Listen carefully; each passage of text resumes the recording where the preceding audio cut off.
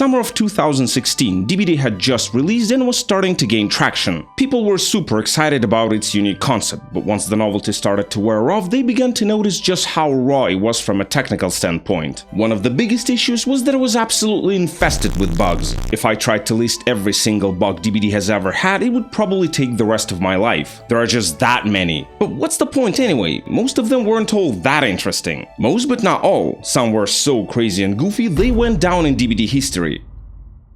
If you go back to early DBD videos, you'll notice many of them have one thing in common: broken animations. Sometimes those were caused by ping issues. Before the fall of 2019, DBD didn't have dedicated servers. The game ran on peer-to-peer connection with the killer acting as the host. It was a super fragile system. If one of the players was on McDonald's Wi-Fi, it could cause desyncs, often leading to all sorts of animation glitches. However, some of those glitches were caused by janky code. DBD is built using Unreal blueprints, basically a set of visual presets that you drag and drop into a workspace and connect together instead of writing actual code. It's easy to use even for people without much programming experience, but the downside is that it's a nightmare to manage. Blueprint-based projects tend to look like a tangled mess where everything is connected to everything else. That's what people call spaghetti code. In setups like that, changing one small thing can easily break 5 others, and that often leads to character animations not playing correctly or freezing mid-frame. The latter was especially funny on Nurse. Sometimes after blinking and attacking, she'd randomly get stuck mid-cooldown animation, making it look like she was dabbing.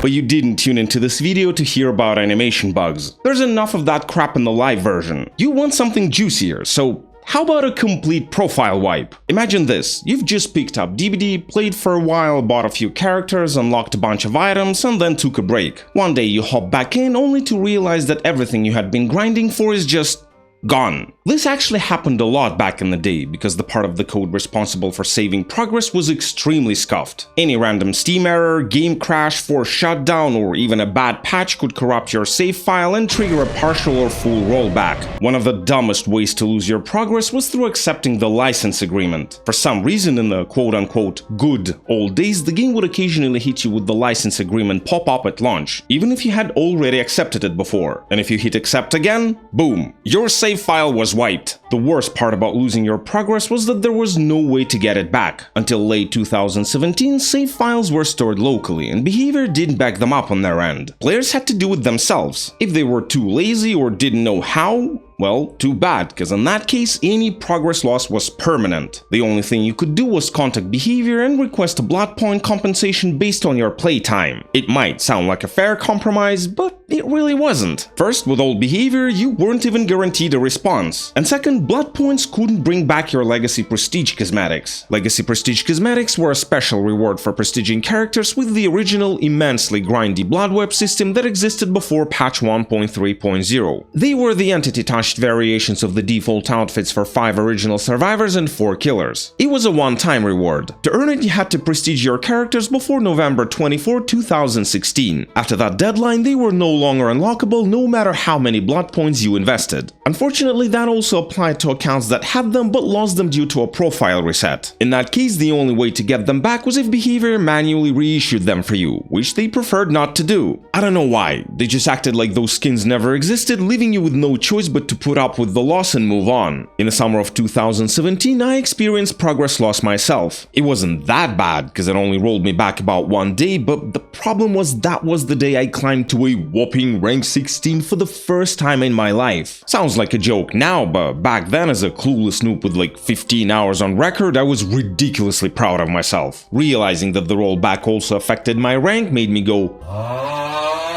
and uninstall the game for like one day because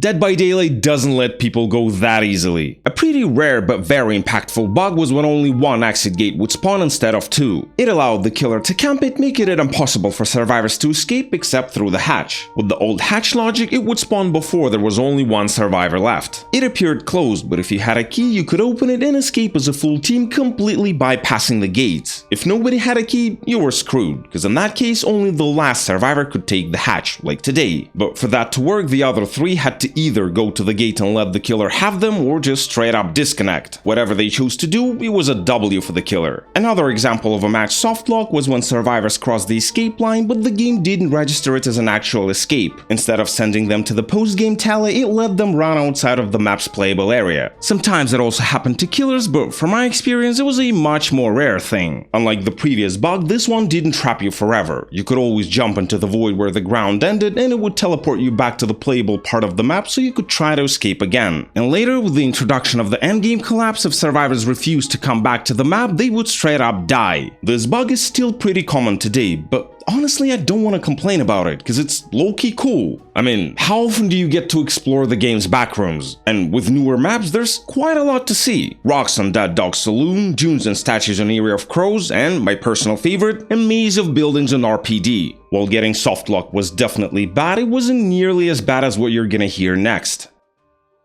It was the winter of 2016. Everyone was getting ready for Christmas, including the folks at Behavior. On December 20th, they dropped the last patch of the year and announced they'd be going on a break until January 12th. At first, everything seemed fine. People were having fun with the new update, but then they found a breach so massive it turned the game upside down. Basically, it turned out that with a little trick, you could equip the same perk multiple times. After selecting the perk you wanted, you had to highlight the next perk slot and switch the perk page. Then you had to switch it back, and as the transition was playing, quickly click on the perk that was in the exact same spot as the one you picked first. The game couldn't react fast enough to that, and instead of equipping the perk you actually clicked on, it gave you another copy of the perk you already had. By repeating this 2 more times, you could fill all your perk slots with the same perk. And it wasn't just a visual bug. If you queued up with that loadout, you'd actually get the quadruple version of that perk. This meant Sprint Burst speeding you up 4 times back to back, Botany Knowledge letting you heal in just 6 seconds, Shadowborn increasing your FOV so much it felt like you were looking through a fisheye lens, Know It boosting your walking speed by 16%, Agitation boosting your carrying speed by 72%, Unrelenting completely removing attack cooldowns, and much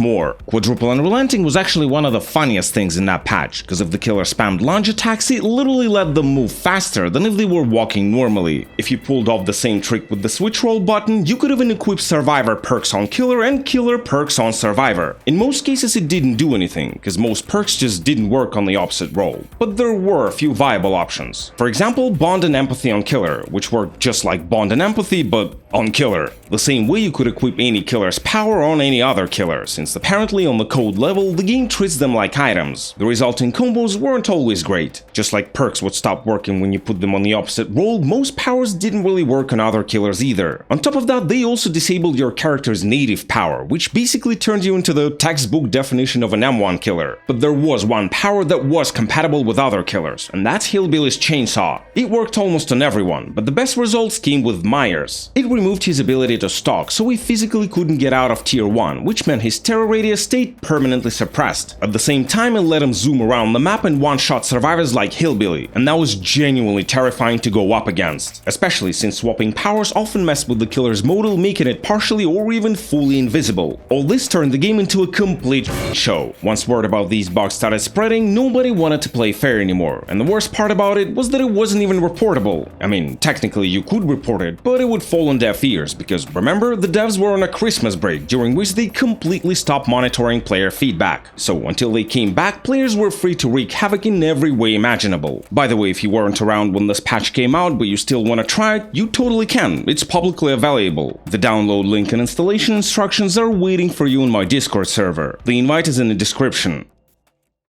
One really nasty bug from that era was when pallets would spawn not next to walls like they normally do, but right in the middle of the path. There was still enough space on either side for survivors to squeeze in, but not for killers, cause their modals are larger. In some cases, like when it happened in the Killer Shack, it basically created infinites. If I remember correctly, that bug stopped occurring around 2019. At least it didn't happen too often by then. But a similar headache came along to take its place. At some point, Behavior started introducing killers whose powers created additional interactable objects on the map, like Freddy's clocks, Pig's boxes, and so on. Because of sloppy RNG rules, these objects could spawn in very cluttered spaces, leaving only narrow passages between them and the wall. This caused situations where, once again, survivors could slip through, but killers couldn't. If that area had only one entry point, this would turn it into a safe haven for survivors where they could never be reached. A variation of this bug still happens today. Sometimes a random rock or tree spawns too close to a tile, allowing survivors to hog the wall and run past normally, while the killer has to walk around it, giving the survivors extra distance for free. In the winter of 2018, the switch roll button glitch struck again, on a much smaller scale, but still. This time it let you force a match with either 2 killers or 5 survivors. To pull it off, you needed 6 people in a custom lobby, 4 in survivor slots and 2 in killer slots. The survivors had to be ready and the killers unready. Then one killer had to start spamming switch roll while the other spammed ready unready. If you timed it right, the game got tricked into thinking the conditions to start the match were met, and it started loading players in with whatever roles were currently selected, be it 1 killer and 5 survivors or 2 killers and 4 survivors. It was really hard to pull off. Sometimes it could take up to 30-40 minutes of mindless button mashing, but yeah, it was a thing. As you can see, the switch roll button was a real pain in the ass for behavior, which makes me wonder if that's why they eventually removed it from the menu. Since around 2019, there have been reports of a glitch that caused the survivor's camera to get stuck behind the killer's back, which made it look like you were playing killer in third person. Of course, you couldn't control the camera, you could only spectate, but it was still kinda funny. But there was a bug that actually switched the killer's camera to third person. It happened during the intro panning sequence, and it revealed how weird behavior have to position killers' arms to make the first person view show the tip of their weapon. Around the same time, the king of all visual glitches emerged. In 2019, one of the updates messed up survivor models in such a bizarre way that they started appearing extremely enlarged and distorted, sometimes taking up the entire map. I'm not sure what exactly caused it. Sometimes it happened right at the start of the match for no apparent reason, and other times only when the killer interacted with survivors. Either way, it looked super cursed and honestly even kinda creepy. You might not feel those vibes from video clips, but if you look at some of the iconic screenshots circulating online, you'll definitely get it. Speaking of creepy stuff, back in early 2022, players found a bug that let you unlink legendary sets and mix them with regular cosmetic items. It worked kinda like the perk and power glitch from the 2016 Christmas patch, except this time you had to spam cosmetics in the store. The community instantly fell in love with it, because it gave people more freedom to customize their favorite characters. Personally, I never cared about it that much, because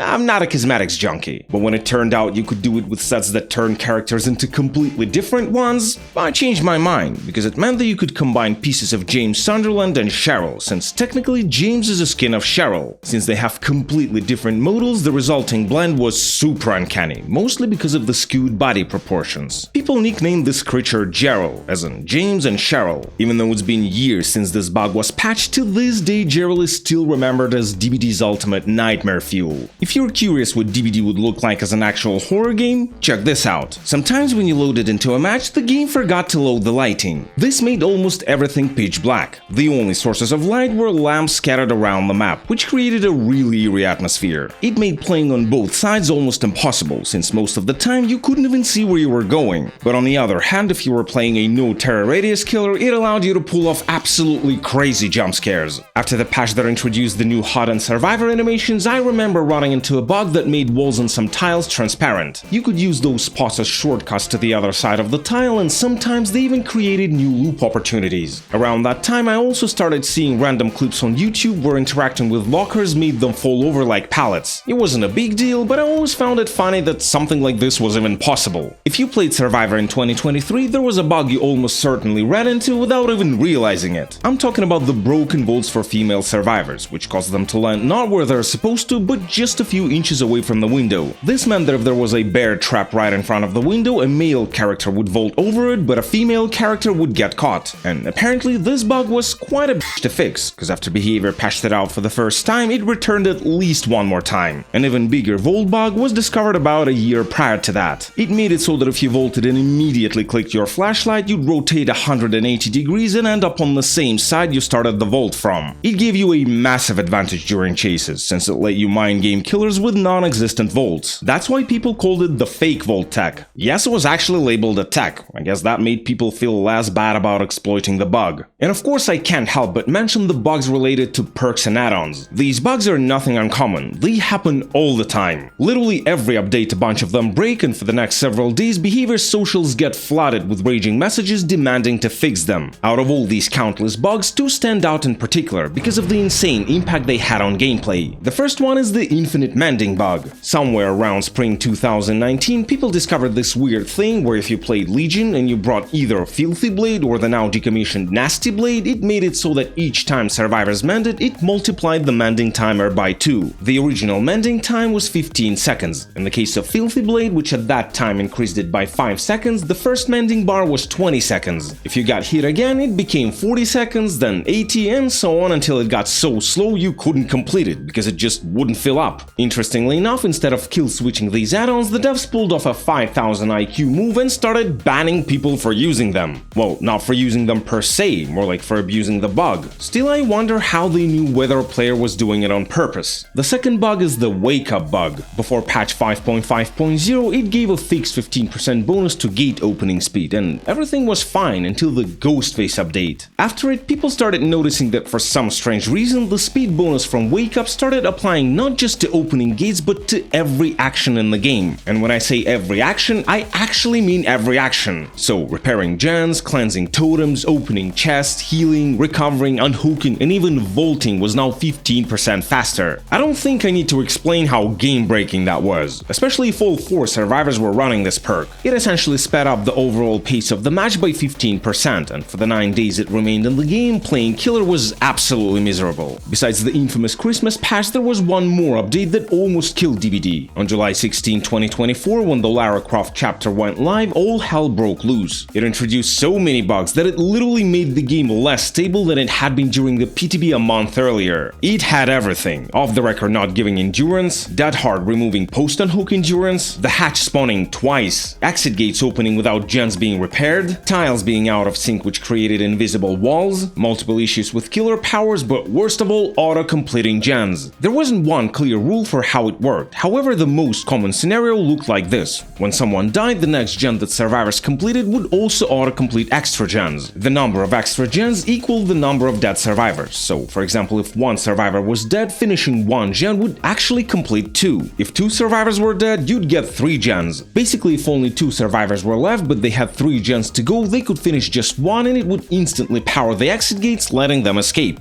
Absolutely vomit-inducing shit. No idea how the devs overlooked it. The only way to avoid this as the killer was to slug everyone, because that let you eliminate all 4 survivors at once instead of killing them one by one. And for about a week until the devs finally fixed the issue, that's exactly how the game was played. More recent bugs include Myers getting infinite tier 3 without any add-ons, balanced landing still removing the false stagger even if you were already exhausted, invisible nemesis zombies, and pretty much the whole Steady Pulse chapter. So what's our takeaway from all this? Well, just that after 9 years of the game existence, the bug situation hasn't changed much. Yeah, we no longer lose our profiles just because we sneeze too loud, but other than that, the game is still a complete and utter bugfest. And sadly, I don't think things will ever change, because it would require behavior to ditch their blueprint spaghetti mess and create a more stable development environment, one that's better suited for long-lasting projects. But they'll never do that, because it's simply not financially viable. It would be like creating a brand new game. So brace yourself, the bugs are here to stay. I know that now it might seem like we've seen it all, but I'm sure behavior will find new ways to surprise us.